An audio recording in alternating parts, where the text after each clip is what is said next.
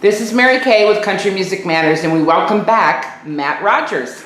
How are you? I'm fine, Matt. How are you doing? Yes, I'm doing great, man. All right, I am excited. You have a recently released music video for Richest Place on Earth. I love this song. Tell us, why did you select this song for release, and give us the background on it.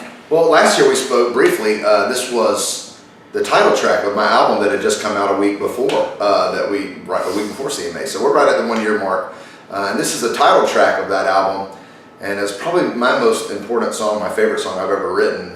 Personal story about leaving a full-time job and making Georgia and moving up here and taking a chance and going full throttle to chase this dream down, you know. And really excited about the music video. It took a long time, a lot of hard work went into it, but I'm very proud to say it was filmed 100% in my hometown of Eaton, Georgia, with 100% people that live in Eaton, Georgia, with a film crew completely from Eaton, Georgia.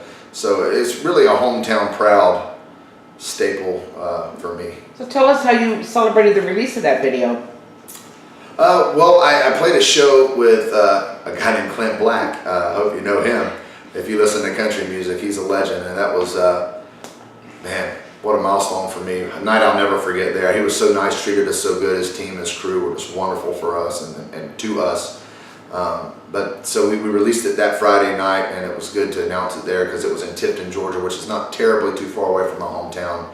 And I had a really big crowd there that night from my hometown. Even people that were in the video were there. So it was really nice to be able to announce that it was released and push it that day. And we had an exclusive with some buddies of mine, Raised Rowdy.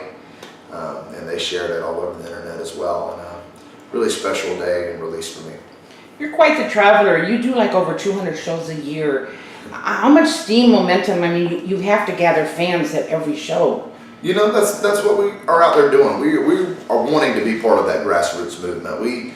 There's a lot of different ways to kind of tackle this business, but I pride myself on trying to be independent as possible. I mean, certainly you're going to have team members like my PR team and some management and stuff like that. But I pride myself on being able to get out there and connect with folks and just be real, be a real person and play my songs and do my thing and not have to worry about what someone says to wear or somebody says to dress or even what songs to record or where you're going to be or what you're going to do. I like doing things my way and letting people know what you find that's a tougher road to go? It is the toughest road to go probably. But it makes it a little bit more worth it. And I find that folks that take that road, that path that takes a little longer, that is a little bit harder, that takes a little bit more work, those are sometimes the guys that have the most longevity in their careers. And you've opened for some big names like Cole Swindell and Clint Black, Locash. Like, what have you learned from them, and what are some of the pranks that have been on the road? Oh gosh. Yeah, or can you tell us? There's definitely some of that. There's definitely some of that goes on. But being able to, especially with Clint being the most recent, you know, and I cannot even stress to you how incredible the guy still sounds. If you get an opportunity to go see him, if he's anywhere near you, get there, go see it. But you ask these guys, when I'm around these guys that have a lot of success as far as hit songwriting or success as an artist, I just ask them point blank, I said, what's the best advice you can give to someone like myself that's in my shoes, that's on the come up, that's working hard, that's trying to just catch a break. And some of those guys are just filled, they're just wells of knowledge, you know.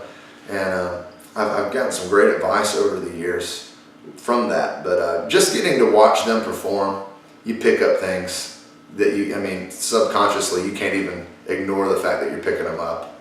Now, the title track, Richest Place on Earth, earned you a Discovery Award from Music Row magazine. That had to be a proud moment. Yeah, that was a great feeling for me, man, because you want to be able to get a little bit of that feedback. You want to know how it's connecting with fans, how it's connecting with people. But when industry people that you know are taking a look under a magnifying glass, under a microscope, dissecting, analyzing your song, and they give it that kind of feedback. Robert Orman, I mean, he's a staple, dude. I mean, people listen to what he has to say a lot of times.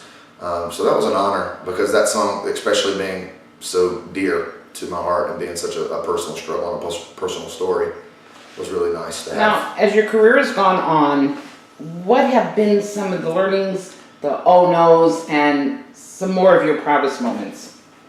Oh man. Well, you definitely learn, you definitely remember the mistakes and remember things not to do. And there's a laundry list of those. I don't even know how many I could get into. I'm trying to think off the top of my head what some of the biggest ones would be. Always leave in plenty of time when you're on the road.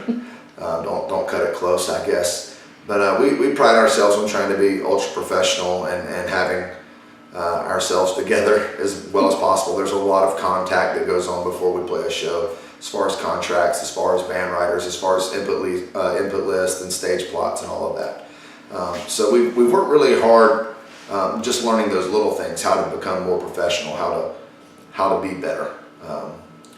And some of those milestone moments, I mean, you just remember certain shows. I mean, you remember the first show, I played a show in Savannah, Georgia, not long after my single Britches had come out.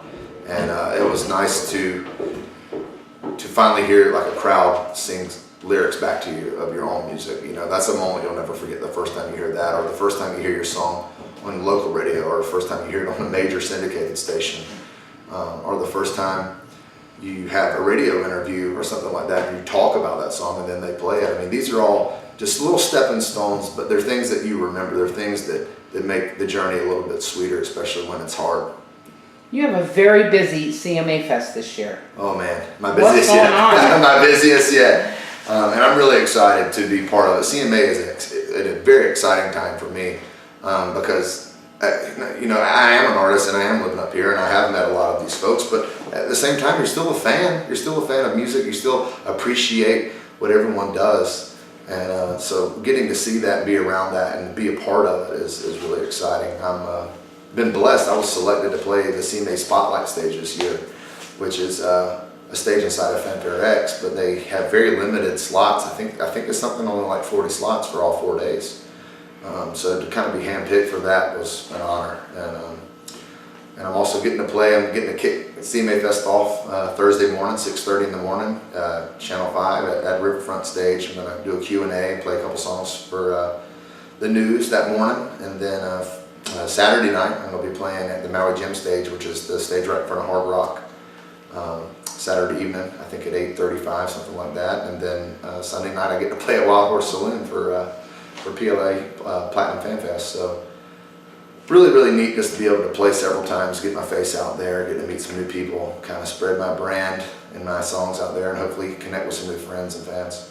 So what's going on for the rest of 2018? More music coming out?